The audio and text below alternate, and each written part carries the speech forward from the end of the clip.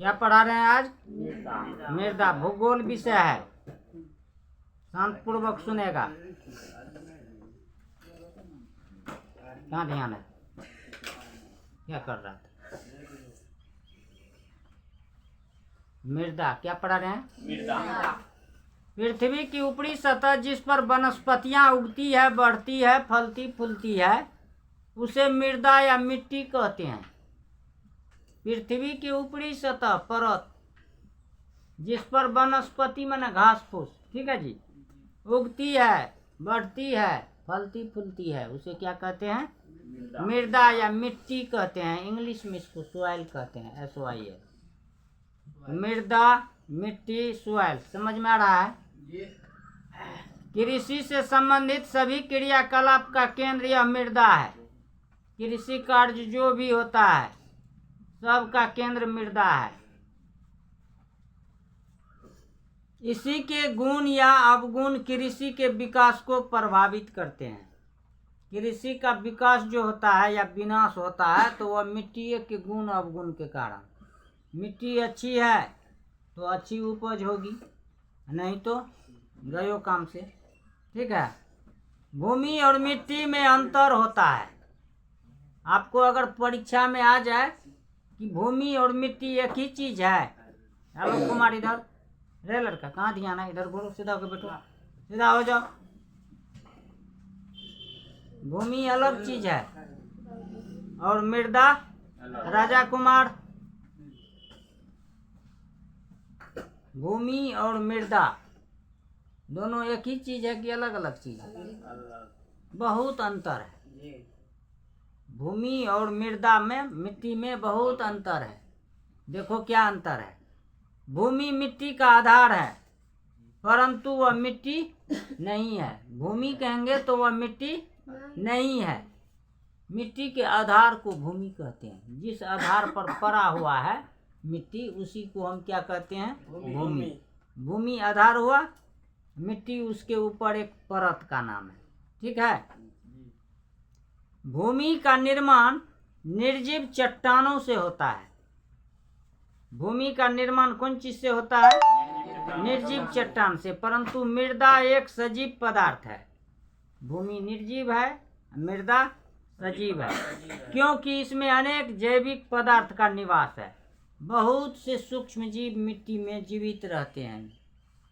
मृदा पृथ्वी का नैसर्गिक आवास है जिसमें चट्टान और खनिज के सूक्ष्म कण, विनष्ट हुई वनस्पतियां, अनेक जीवित सूक्ष्म पदार्थ तथा छोटे जीव, जल, वायु एवं अन्य कार्बनिक पदार्थ उपस्थित रहते हैं।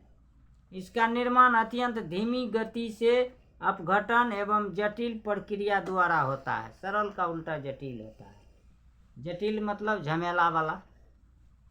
बहुत धीरे धीरे या धीमी प्रक्रिया से सड़ने, टूटने, गलने और इसमें जीव जंतु के मरने से, और कुछ जीवित कुछ निर्जीव, पेड़ पौधा, वनस्पति, जीव, सूक्ष्म जीव, ये सब चीज़ इसमें, छोटे छोटे जीव, इसमें जल है, वायु है, सब कुछ मिला हुआ है ऊपरी परत में। कह रहा है 1 सेंटीमीटर मोटी मृदा के निर्माण में सैकड़ों बरस लग जाते हैं। 1 सेंटीमीटर थोड़ा सा मिट्टी को मोटाने में सैकड़ों, लाखों, करोड़ों बरस लग जाते हैं, ठीक है। चलो अब आगे हम परीक्षा मटेरियल, आपको परीक्षा की दृष्टि से आपको हम पढ़ा रहे हैं। विस्तृत जानकारी दिया हुआ है, शॉर्टकट पढ़ो। मिट्टी कितने प्रकार के होते हैं? तो मिट्टी 3 प्रकार के होते हैं। मिट्टी अपने भौतिक गुण के आधार पर, मिट्टी कितने प्रकार के होते हैं? भौतिक गुण के आधार पर। भौतिक गुण के आधार पर मिट्टी के 3 प्रकार कौन कौन है? बलुई मिट्टी, चिकनी मिट्टी और दोमट मिट्टी। बलुई मिट्टी का परिभाषा है जिस मिट्टी का कण मोटा हो, जिसमें जो जल का बहुत प्यासा हो, जल का भूखी हो, बहुत जल सोखती हो, जिसमें ह्यूमस की मात्रा साफे नहीं हो, जिस मिट्टी में ह्यूमस नहीं हो, ह्यूमस बता रहे हैं, जिस मिट्टी में ह्यूमस नहीं है, जिस मिट्टी का कण मोटा हो, जो मिट्टी ज़्यादा जल सोखती है, उसे कौन मिट्टी कहते हैं? बलुई मिट्टी। अब सवाल किया कि ह्यूमस किसे कहते हैं? छोटे छोटे कीड़े मकोड़े जीव जंतु मिट्टी के अंदर या मल मूत्र या पेड़ पौधे के पत्ते, ये सब जब मिट्टी में दबते हैं, या छोटे छोटे जीव जंतु जब मर जाते हैं, मतलब जीव जंतु और पेड़ पौधे के अवशेष जब मिट्टी में सड़ जाते हैं, तो वो अपना रूप बदल लेते हैं। रूप बदल कर अपघटित होकर जो मिट्टी का निर्माण करता है, मिट्टी में जो मिल जाते हैं, उसी को क्या कहते हैं? ह्यूमस कहते हैं। ह्यूमस जिस मिट्टी में होता है, वो मिट्टी बहुत उपजाऊ होती है। ठीक है, समझ गया जी राजा कुमार? ह्यूमस जीव जंतु पेड़ पौधे के अवशेष सड़े गले पदार्थ जो मिट्टी में मिले रहते हैं, उसी को क्या कहते हैं? इसीलिए हम लोग कंपोस्ट या गोबर का खाद खेत में देते हैं, ह्यूमस बढ़ाते हैं। ठीक है, तो जिस मिट्टी में ह्यूमस नहीं हो उसे बलुई कहते हैं। बलुई मिट्टी के कण जो होते हैं मोटे होते हैं, ये जल को ज़्यादा सोखते हैं। दूसरा है चिकनी मिट्टी। जिस मिट्टी का कण बहुत बारीक हो, महीन हो, बारीक माने महीन, उसी को क्या कहते हैं? चिकनी मिट्टी। चिकनी मिट्टी में अधिक देर तक जल धारण की क्षमता होती है। ठीक है, यह मिट्टी सूखने पर कड़ी और दरार युक्त होती है। इसमें दरार हो जाता है सूखने के बाद और कड़ी हो जाती है। यह मिट्टी गीली होने पर चिपचिपी और अभेद हो जाती है, मतलब उसको उसमें छेद नहीं कर पाएंगे। इस मिट्टी की जुताई करने में बहुत कठिनाई होती है किसान को। कौन मिट्टी को जोतने में कठिनाई होती है? चिकनी मिट्टी को। चलो सवाल है अब, दोमट मिट्टी किसे कहते हैं? जिस मिट्टी में दोनों मिट्टी मिला हो, चिकनी भी हो और बलुई, दोनों का मिश्रित हो, तो उसी मिट्टी को क्या कहते हैं? दोमट मिट्टी। यह सबसे अधिक उपजाऊ यही मिट्टी होती है। ये तीनों मिट्टी में सबसे ज़्यादा ह्यूमस किस में पाया जाता है? दोमट मिट्टी में। इसमें काफ़ी गहरी जुताई आप कर सकते हैं। गंगा के मैदान में सामान्यतः यह मिट्टी पाई जाती है। उत्पत्ति या प्राप्ति के स्थान पर मिट्टी दो प्रकार के होते हैं। प्राप्ति के आधार पर मिट्टी कितने प्रकार के होते हैं? या उत्पत्ति के आधार पर मिट्टी कितने प्रकार की होती है? बढ़िया से सुनना इसको। उत्पत्ति के आधार पर मिट्टी दो प्रकार की होती है। कौन कौन मिट्टी होती है? ध्यान से सुनो। एक होती है स्थानीय मिट्टी, या दूसरा होती है वाहित मिट्टी। वाहित मिट्टी और स्थानीय मिट्टी में क्या अंतर है, यह प्रश्न आता है। आराम से सुनो, सुन लेना है, खाली सुन लेना है, याद हो जाएगा। ठीक, और इम्पोर्टेंट है। स्थानीय मिट्टी क्या है, वाहित मिट्टी क्या है, दोनों में क्या अंतर है? सवाल को सुन रहा है जी? स्थानीय मिट्टी उस मिट्टी को कहते हैं जब एक जगह का चट्टान टूट फूट के वहीं पसर जाए, तो उसे क्या, कौन मिट्टी कहते हैं? समझ में आ गया? मिट्टी का निर्माण तो चट्टान से होता है, पता है ना? मिट्टी का निर्माण चट्टान के टूटने फूटने से, पेड़ पौधे के पत्ते के झरने से, जीव जंतु के मर के दबने से, इसी सब से मिट्टी है। सवाल इधर है, चुप, मुंह बंद, शट अप। मिट्टी का निर्माण जो होता है चट्टान के टूटने फूटने, सड़ने गलने से, अपघटन से होता है ना जी। 1 सेंटीमीटर मिट्टी बनने में लाखों, सौों, हजारों, सैकड़ों बरस लग जाते हैं। कम से कम 100 बरस लगता है, तब मिट्टी मोटाएगा 1 सेंटीमीटर। स्थानीय मिट्टी क्या है? तो किसी चट्टान के टूट करके वहीं पसर जाने से जो मिट्टी निर्माण होता है, उसे कौन मिट्टी कहते हैं? स्थानीय। वाहित मिट्टी उस मिट्टी को कहते हैं जब एक स्थान का मिट्टी दूसरा स्थान पर जा करके पसर जाए, तो उसे क्या कहते हैं? वाहित मिट्टी। वाहित मिट्टी जल द्वारा बह के आता है या हवा से उड़ के जाता है, तो उड़ के तो थोड़े जाएगा, उड़ के तो इधर उधर हो जाएगा जी। ज़्यादातर बाढ़ के द्वारा लाई जाती है, उसी को क्या कहते हैं? वाहित मिट्टी। वाहित मिट्टी खासकर डेल्टाई क्षेत्र में पाया जाए। डेल्टा किसे कहते हैं? अरे डेल्टा किसे कहते हैं? डेल्टा की परिभाषा क्या है? देखो, जब एक नदी का जल धारा दो भाग में बंट के समुद्र में गिरती है या दो नदी आपस में मिलती है तो बीच में त्रिभुजाकार क्षेत्र बनता है। दो नदियाँ जब एक में मिलती है तो उसके बीच में भी डेल्टा बनती है, और एक नदी जब समुद्र में गिरती है तो मुहाने पर डेल्टा बनती है। जहाँ से नदी जन्म लेती है उसको उद्गम स्थान बोलते हैं, और जहाँ नदी अंत होता है उसको मुहाना बोलते हैं। तो नदी का मुहाना पर अभी सबसे बड़ा डेल्टा कहाँ पर है? कहाँ पर है सुंदरबन डेल्टा? बंगाल के खाड़ी में नहीं, पश्चिम बंगाल में है सुंदरबन डेल्टा। गंगा ब्रह्मपुत्र नदी मिल करके या दुनिया का सबसे बड़ा डेल्टा का निर्माण, उसका नाम क्या है? सुंदरबन। वहाँ पर मैंग्रोव झाड़ी पाई जाती है, वृक्ष झाड़ी है, वृक्ष नहीं, मैंग्रोव। उसमें कैंसर की दवाई उसी से बनती है। दूसरा है सफ़ेद बाघ। सफ़ेद बाघ सुंदरबन में पाया जाता है। कौन बाघ? ठीक है, पश्चिम बंगाल में है यह। सुंदरबन डेल्टा कहाँ पर है? पश्चिम बंगाल। उस डेल्टा में जो जमीन होगा तो वहाँ पर स्थानीय मिट्टी थोड़े होगा। बाढ़ द्वारा प्रतिवर्ष मिट्टी को ला करके वहाँ ढेर किया जाता है।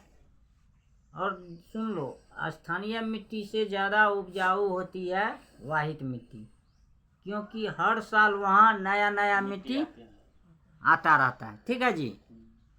रंग के आधार पर मिट्टी का वर्गीकरण करो, तो रंग के आधार पर तो सीधे है कि लाल मिट्टी, काली मिट्टी, पीली मिट्टी, भूरी मिट्टी, यही सब है। ठीक है, यह रंग के आधार पर है। अब आगे क्या क्या है? Indian council of agriculture research, Indian council of agriculture research, वैज्ञानिक ने मिट्टी का वर्गीकरण जो किया है तो उसका जो एक मतलब अलग नाम रखा है उन्होंने। तो इंडियन काउंसिल ऑफ मतलब इंडियन वैज्ञानिक के द्वारा जो मिट्टी का नाम रखा गया है उसका नाम देखो क्या सब है। जलोढ़ मिट्टी, क्या नाम है? जलोढ़ मिट्टी। जलोढ़ मिट्टी, जल जोड़ ओढ़, जल ओढ़ के जो आया है जलोढ़, मतलब वही वाहित मिट्टी। वैज्ञानिक जो नाम रखा है तो 8 प्रकार में बांटा है। 8 प्रकार में है जलोढ़ मिट्टी। और उसके बाद क्या है? जलोढ़ मिट्टी के बाद हैं, बताओ? काली मिट्टी, जलोढ़ मिट्टी, काली मिट्टी, लाल मिट्टी, लेटेराइट मिट्टी, शुष्क और मरुस्थलीय मिट्टी या जिसको रेतीली भी कहा जाता है, वन या पहाड़ी मिट्टी, लवणीय या क्षारीय मिट्टी, लवणीय और क्षारीय मिट्टी, पिटमय और जैविक मिट्टी। 8 प्रकार का मिट्टी बताया है। ठीक है, 8 प्रकार का जो मिट्टी बताया है तो इस 8 से हमको प्रश्न बहुत कम आता है। ठीक है, प्रश्न जो आता है वो लगभग ये स्थानीय वाहित मिट्टी के बारे में आपको पूछेगा। चिकनी दोमट पर भी डाउट है, यह भी आएगा या नहीं आएगा, लेकिन हम आपको दिमाग में डाल दिए हैं। हम लोग जलोढ़ मिट्टी के बारे में थोड़ा पढ़ेंगे। इस 8 में से कुछ कुछ इम्पोर्टेंट है। 8 में जलोढ़ जो दिया है, भारत में यह मिट्टी विस्तृत रूप से फैली हुई है और उपजाऊ होने के कारण कृषि क्रियाकलाप के लिए सबसे अधिक महत्वपूर्ण यही मिट्टी है, जलोढ़ मिट्टी। इसका क्षेत्र थोड़ा बड़ा है। नदियां द्वारा बहाकर लाई गई मिट्टी बाढ़ में उसकी बेसिन में बिछ जाती है। समुद्री लहरें अपने तटों पर ऐसी ही मिट्टी की परतें जमा कर देती है। जलोढ़ मिट्टी के निम्नलिखित क्षेत्र हैं। यह जो है ना बाढ़ द्वारा आती है जलोढ़ मिट्टी। ठीक है जी। नदी के कछाड़ी भाग में यह समुद्र के किनारे पाया जाता है। पंजाब से असम तक फैला भारत का विशाल मैदान है। सुना है ना तुम लोग जी? रे पंजाब से लेकर के असम तक इस बीच में जो है ना मैदानी भाग कहलाता है। हम 6 भाग पढ़ाए थे ना आपको भारत के। उत्तर का पर्वतीय भाग, उसके बाद मैदानी भाग, उसके बाद दक्षिण जाओ पठारी भाग, 3 भाग हो गया। उसके बाद तटीय भाग, तो क्या भाग हो गया? 4 भाग। उसके बाद बताए थे आपको मरुस्थलीय, तो 5 हो गया। एक ठो था द्वीप समूह, तो 6 ठो भाग में भारत को बांटा गया है। तो उसमें जो है हम लोग जो अभी पढ़ते हैं बिहार है, आपको कहाँ पर, या दिल्ली, यूपी, बिहार, ये सब क्या है, असम से लेकर के उधर पंजाब तक फैला हुआ भाग जो है मैदानी भाग कहलाता है। उसके बाद मध्य प्रदेश में नर्मदा और ताप्ती की घाटी, मध्य प्रदेश उड़ीसा में महानदी की घाटी, उसके बाद तेलंगाना और आंध्र प्रदेश में गोदावरी की घाटी, तमिलनाडु में कावेरी की घाटी, केरल में सागर तट, महानदी गोदावरी, कृष्णा, कावेरी, गंगा, ब्रह्मपुत्र का डेल्टा। भारत में लगभग 6.4 करोड़ हेक्टेयर क्षेत्र में जलोढ़ मिट्टी फैली हुई है। 6.5 करोड़ हेक्टेयर में जलोढ़ मिट्टी का क्षेत्र है भारत में। समझ में आ रहा है? इस मिट्टी में सभी प्रकार के खाद्यान्न, तिलहन, कपास, गन्ना और सब्जियां उगाई जा सकती है। पूर्वी भारत में जूट का भी उत्पादन होता है। देखो जी, जलोढ़ मिट्टी में धान जूट तो पकड़ के हिला मारता है, ठीक है। इसमें नाइट्रोजन और जीवाश्म कम मात्रा में विद्यमान, कहीं कहीं फास्फोरस की भी कमी रहती है। इसमें नाइट्रोजन युक्त उर्वरक का प्रयोग अत्यावश्यक है। यूरिया इसमें जरूरी है जलोढ़ मिट्टी में। समझ में आ रहा है?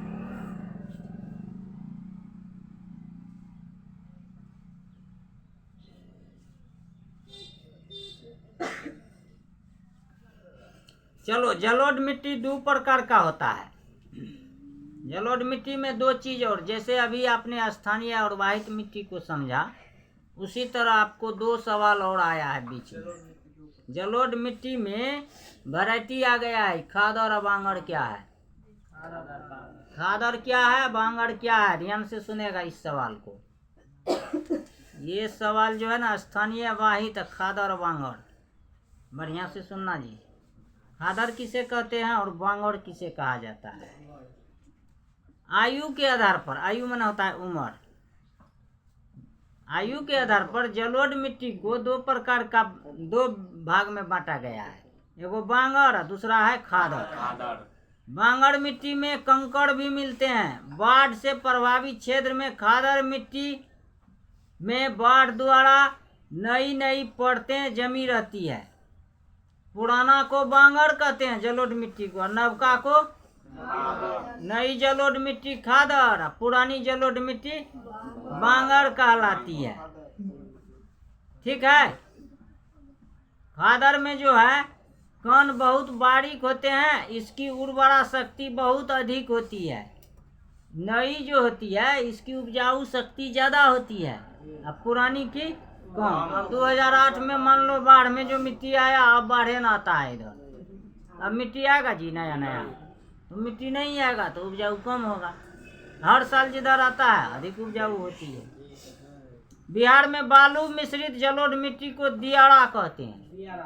दियारा का मतलब होता है बालू मिश्रित जलोढ़ मिट्टी। ऐसा जलोढ़ मिट्टी जिसमें छुछे बालू है उसे क्या कहते हैं? दियारा को याद रखना, उसे दियारा कहते हैं। दियारा में मक्का खूब होता है। दियारा में कौन फसल उपजता है? कान में लेते जाओ, परीक्षा में अगर आएगा 1 नंबर पराग से मार देना। दियारा में दियारा बालू मिश्रित जलोढ़ मिट्टी को क्या कहते हैं? नई जलोढ़ मिट्टी को खादर, पुरानी को बांगड़। खादर समझ गया? चलो अब थोड़ा काली मिट्टी पर बहस करते हैं। काली मिट्टी भी इम्पोर्टेंट है, ठीक। काली मिट्टी को पढ़ो, खांसी कम करो। काली मिट्टी का दूसरा नाम क्या है? यह सवाल इम्पोर्टेंट है। बताओ जी पल्लवी कुमारी क्या बोला? हाँ, रेगुर मिट्टी। काली मिट्टी किसको कहते हैं? रेगुर मिट्टी को, REGUR। रेगुर मिट्टी किस मिट्टी को कहा जाता है? काली मिट्टी को। काली मिट्टी का निर्माण दक्षिणी क्षेत्र के लावा वाले बेसाल्ट क्षेत्र भाग में हुआ है। यहाँ अर्ध शुष्क भाग में इसका रंग काला पाया जाता है। कपास गन्ने के लिए यह सर्वोत्तम मिट्टी है। हाँ, ध्यान से, कपास और गन्ना। एगो सवाल और हम पूछते हैं आप लोग से, यूपी में भी गन्ना होता है? यूपी मैदानी भाग है ना जी, मैदानी भाग है ना, उत्तरी भारत है, यह उत्तर भारत का हिस्सा है यूपी। अरे लड़का रे, यूपी में गन्ना और पंजाब हरियाणा में गन्ना दोनों जगह लगाएंगे, तो ज़्यादा मीठा गन्ना किधर का होगा? यूपी में होगा, काली मिट्टी। हाँ, दक्षिण भाग में जो काली मिट्टी है, काली मिट्टी का गन्ना ज़्यादा मीठा होगा, उसमें ज़्यादा रस पुड़ेगा, रस मीठा ज़्यादा लगेगा। तो मीठा रस जब होगा तो उसमें चीनी ज़्यादा पुड़ेगा। उत्तर भारत में जो हम, जैसे यूपी में जो हम गन्ना करेंगे, बिहार में करेंगे, तो इसके गन्ना में रस तो निकलेगा और रस में मीठापन कम होगा, तो उससे चीनी कम निकलेगा, चीनी कम पैदा होगा। ठीक है, यहाँ पर हम 5 बीघा करेंगे, उधर हम 10 कट्ठा करेंगे, तो चीनी शायद मेरे ख्याल से बराबरे आ जाएगा। इधर चीनी पुरता नहीं है, मीठापन नहीं है, पतला रस होता है, रस में मीठापन नहीं है। ठीक है जी। तो काली मिट्टी में 2 फसल के लिए यह बहुत उपयुक्त मानी जाती है, कपास और काली मिट्टी का दूसरा नाम है, इसको खूब बढ़िया से पढ़ना, रेगुर मिट्टी, काली मिट्टी, रेगुर मिट्टी, काली मिट्टी। यह सवाल बहुत इम्पोर्टेंट है। खादर, बांगड़ और रेगुर, 3 सवाल आपको हम छोड़ रहे हैं। खादर, बांगड़, पुरानी जलोढ़ मिट्टी को क्या कहते हैं? नई जलोढ़ मिट्टी को? रेगुड़ मिट्टी किसे कहते हैं? काली मिट्टी को। काली मिट्टी को क्या कहते हैं? रेगुड़ मिट्टी। सवाल आएगा, आता है, आ सकता है। ठीक, देखो यह कहाँ कहाँ पाया जाता है? महाराष्ट्र, गुजरात, मध्य प्रदेश, छत्तीसगढ़, कर्नाटक, तेलंगाना, सौराष्ट्र, गुजरात का सौराष्ट्र, तेलंगाना, आंध्र प्रदेश, कृष्णा नदी, गोदावरी घाटी, तमिलनाडु, उत्तर प्रदेश में भी है काली मिट्टी। राजस्थान के मालवा खंड में काली मिट्टी के क्षेत्र पाए जाते हैं। ठीक है जी। और सुनो ध्यान से, लोहा, एल्युमिनियम युक्त पदार्थ टाइटेनो मैग्नेटाइट के साथ जीवांश एल्युमिनियम के सिलिकेट मिलने के कारण इसका रंग काला हो गया है। काली मिट्टी का रंग काला क्यों होता है? तो कहना, इसमें लोहा, एल्युमिनियम, टाइटेनो मैग्नेटाइट के साथ जीवांश एल्युमिनियम के सिलिकेट आदि मिलने रहने के कारण इसका रंग काला होता है। इसमें पोटाश, चूना, एल्युमिनियम, इसमें पोटाश, चूना, एल्युमिनियम, कैल्शियम, मैग्नीशियम के कार्बोनेट प्रचुर मात्रा में होते हैं, परंतु नाइट्रोजन, फास्फोरस जैविक पदार्थ की कमी होती है। भीगने पर यह मिट्टी चिपचिपी हो जाती है, परंतु सूखने पर इसमें गहरी दरार पड़ जाती है। इससे हवा का नाइट्रोजन इसे प्राप्त होता है। दरार जो होती है तो नाइट्रोजन खींच लेता है अंदर। अत्यंत धूप होने पर भी इसके भीतर नमी विद्यमान रह सकती है। कुछ मिट्टी में, काली मिट्टी में यह मिट्टी उर्वर होती है। इसमें सभी प्रकार के खाद्यान्न, कपास, तिलहन, सूरजमुखी, गन्ना, विभिन्न प्रकार की सब्जियां, खट्टे फल, तंबाकू का उत्पादन अच्छी तरह से होता है। ठीक है, अब पढ़ो लाल मिट्टी।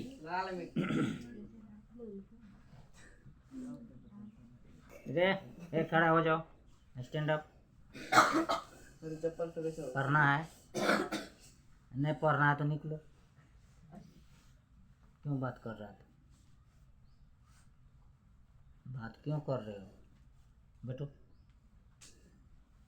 क्या पढ़ा रहे थे अभी? क्या बोले थे हम? बोलो तो। लाल मिट्टी क्या है बताओ? तो तुम सुनेगा तब ना बताएगा। ध्यान दो शिवा, इधर इधर देखो, मेरे तरफ देखते रहो। सिस्टम कम से कम 10 में है, सीखो ना। लाल मिट्टी, इसका निर्माण लोहा और मैग्नीशियम के खनिज से युक्त रवेदार और रूपांतरित आग्नेय चट्टान के द्वारा होता है। फिर से सुनो, लाल मिट्टी का निर्माण लोहा और मैग्नीशियम से होता है। ठीक है, इसका रंग लोहे के उपस्थिति के कारण लाल होता है। लाल मिट्टी का रंग जो है लोहे के उपस्थिति के कारण लाल होता है। अधिक नम होने पर इसका रंग पीला हो जाता है। नम मतलब गीला। लाल मिट्टी को अगर थोड़ा गीला करेंगे तो इसका रंग कैसा हो जाएगा जी? पीला। इसको अगर नम करेंगे, नम माने भिंगाएंगे, तो इसका रंग हो जाएगा पीला। समझ में आ रहा है? इसका पीएच मान 6.6 और 8 के बीच रहता है। 6.6 जब रहेगा तब यह बेचारा अम्लीय होगा, 7 को पार करेगा तो यह अच्छा